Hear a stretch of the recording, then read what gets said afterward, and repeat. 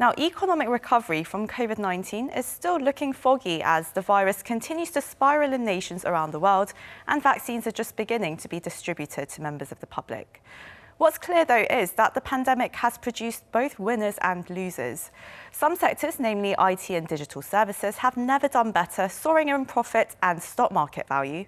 On the other hand, some industries, including airlines and hospitality, have been paralysed, as well as small shops and businesses, which are barely surviving. To leave nobody behind, governments are aiming for recovery that's sustainable, resilient and inclusive. It's a very tough equation to get right.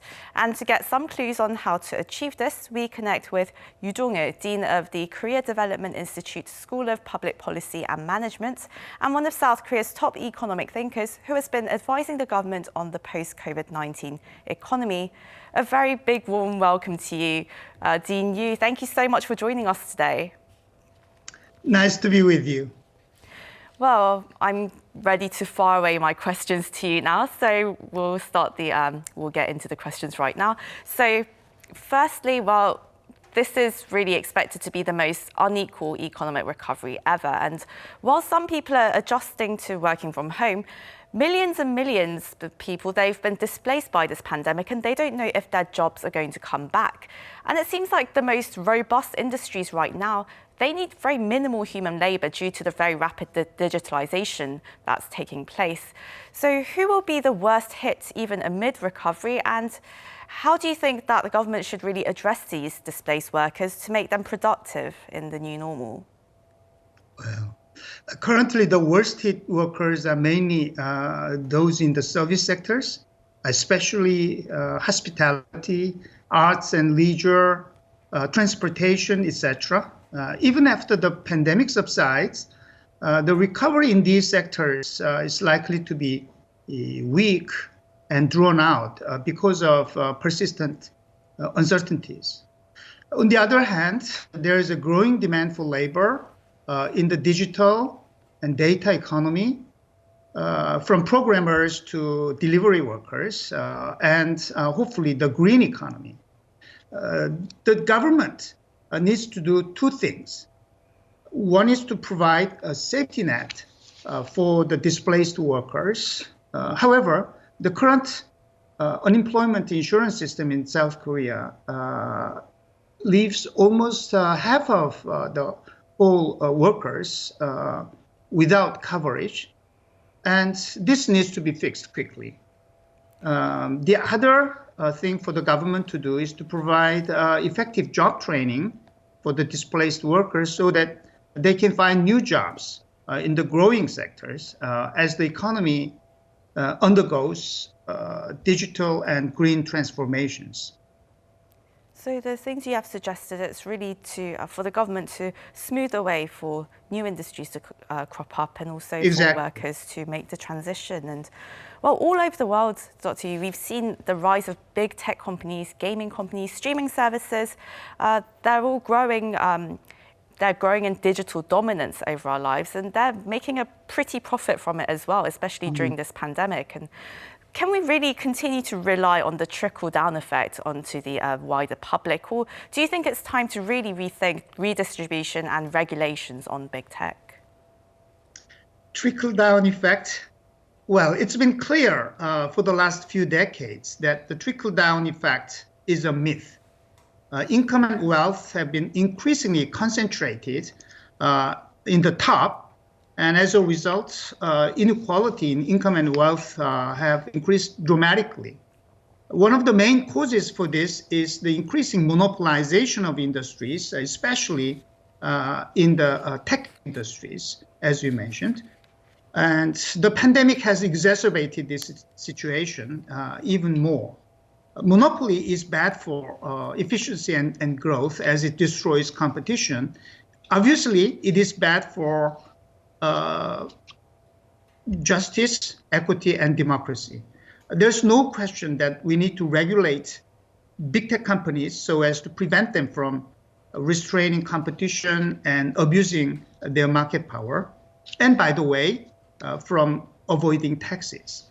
The US and the EU have begun to tackle these issues recently.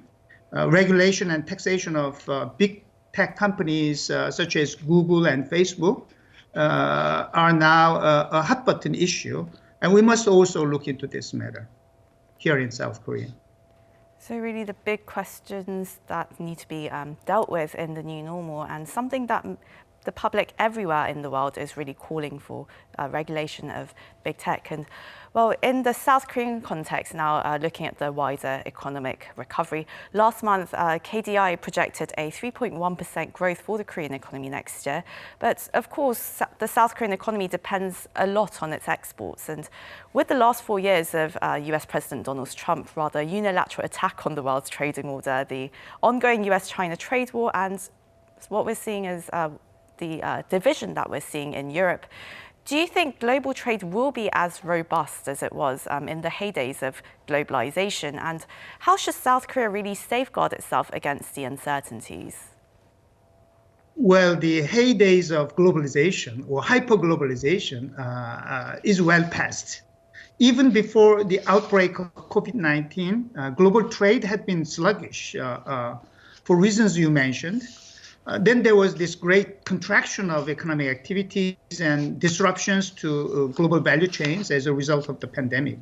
WTO expects about 10% decline of global trade this year, and its outlook for global trade for the next 10 years is rather pessimistic. Luckily, here in South Korea, we are in a better situation than most other countries because we have been able to control the pandemic so far, although we are facing quite a bit of difficulties recently. And because we have benefited from the surge in demand for semiconductors and some other products. It also helps that China, our biggest trading partner, is registering one of the rare cases of positive growth, and other countries in the region are generally doing better than the rest of the world. Therefore, it's important that we strengthen the regional trade network in Asia, and the recent conclusion of RCEP is very much welcome in this regard. At the same time, our industries have to continue to upgrade technologies and enhance skills of the workers so that they can remain competitive in the global markets. And Dr. Yu, when we think about economic recovery, we tend to focus on the numbers. And throughout this crisis, a lot of people have been asking whether economic recovery will be V-shaped, U-shaped, L-shaped, K-shaped, and here in Korea even Nike swoop-shaped. And well, meanwhile, you've emphasized a human-centered, inclusive recovery, which is at the heart of the Korean New Deal. So what would this really entail? And how does it put people and jobs at the center of overcoming the many challenges posed by digitalization, climate change, and other concerns going forward? Well, prospects for economic recovery remain uncertain at this point. It may well be a Nike-shaped recovery. But even when a recovery begins, it may leave many people behind. Those who are disadvantaged position in the labor market to begin with, and those who are not prepared to adapt to the structural changes in the post-COVID-19 era. Top priority for the government must be to take care of these people. In the future, we'll have to get education not only in the early phase of our lives, but throughout entire lives. So we're going to need an effective lifelong learning system. So really thinking about sustainability in all aspects. And while some have criticized that the green pillar of the Korean New Deal doesn't seem ambitious enough, and some even say that it looks quite similar to that of the Green Growth Initiative of the former Lee Myung-bak government, then how do you think the Green New Deal could overcome past limitations? Well, it's true that the Korean Green New Deal plan, as it was announced initially in July, was wanting in many ways. The most important problem was that it contained neither a clear goal nor a detailed roadmap in terms of a reduction of greenhouse gas emissions, without which the professed aim of decarbonizing the economy may well become an empty promise, just like the Green Growth Initiative that I명박 government tried to implement. Fortunately, there's been a very significant progress. President Moon declared his commitment to achieving net zero, that is, zero net emission of greenhouse gases by 2050 in late October. This is what IPCC said was necessary to keep the rise of the average global temperature from the pre-industrial era within 1.5 degrees Celsius. And this is actually the centerpiece of both the European Green Deal and the environmental policy of the incoming Biden administration in the United States.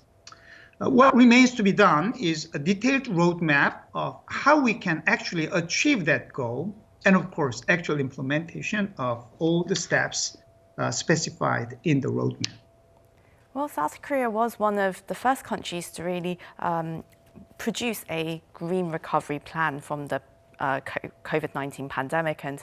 But for the most part, countries around the world, they aren't expecting recovery to really pick up until enough of their populations are vaccinated. And then how do you think governments should really use this time to minimize the damage and also prepare for a strong recovery once economies do fully reopen? Well, vaccination has begun in the UK and in the US, and soon in other countries. Thank God for that. If things go well, we may be able to see a relatively strong recovery in the second half of the next year. But there are still many pitfalls and uncertainties ahead. And it's quite possible that the world economy will remain depressed for much longer. Anyways, we can never be complacent, as the pandemic has already left deep scars that we need to address for years to come. The chief among them is the widening inequality. Implementing fiscal and welfare reforms to enhance redistribution and reduce inequality is a prerequisite for a strong and sustained economic recovery. And the inequality factor that you mentioned, well, we are, of course, seeing inequality within countries, but we're also seeing inequality between countries as well. And as a development economist, what kind of global action do you hope to see in supporting recovery in countries that can't afford massive stimulus and investment plans? You're absolutely right. Global inequality is also widening. In this regard, the most important thing, of course, is to putting an end to the pandemic. And it's really troubling to see what is happening with vaccine distribution. The so-called vaccine nationalism is rampant. A handful of rich countries have secured dosages many times over their population size, while developing countries are struggling to get any at all. Experts are warning that a fourth of the global population may not be inoculated even until the end of 2022. This is not only an injustice, but a stupidity. We cannot end the pandemic only in rich countries, since the virus does not respect any borders.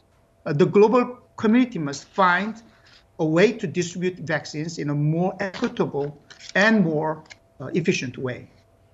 Financial support to developing countries is also very important. As you mentioned, developing countries cannot afford the financial support and economic stimulus packages that rich countries have been implementing. Especially, many of them are suffering from the burden of too much debt. It's imperative that we provide more effective debt relief measures to developing countries. Finally, it's also important that we remove trade barriers that restrict opportunities for developing countries to export. Just like ending the pandemic, a global economic recovery requires a global recovery everywhere, not only in the developed world, but also in the developing world. We need to work together to bring about a global recovery together.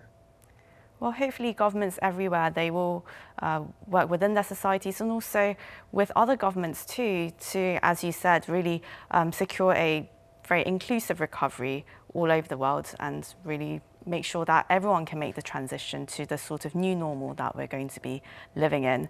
But we will let you go now, Dr. Yu. Thank you very much for your time. That was Dr. Yu Jong-il, Dean of Korea Development Institute School of Public Policy and Management. It was an honor to have you on our show. Thank you so much. My pleasure. Thank you. And to our viewers, as always, thank you for watching.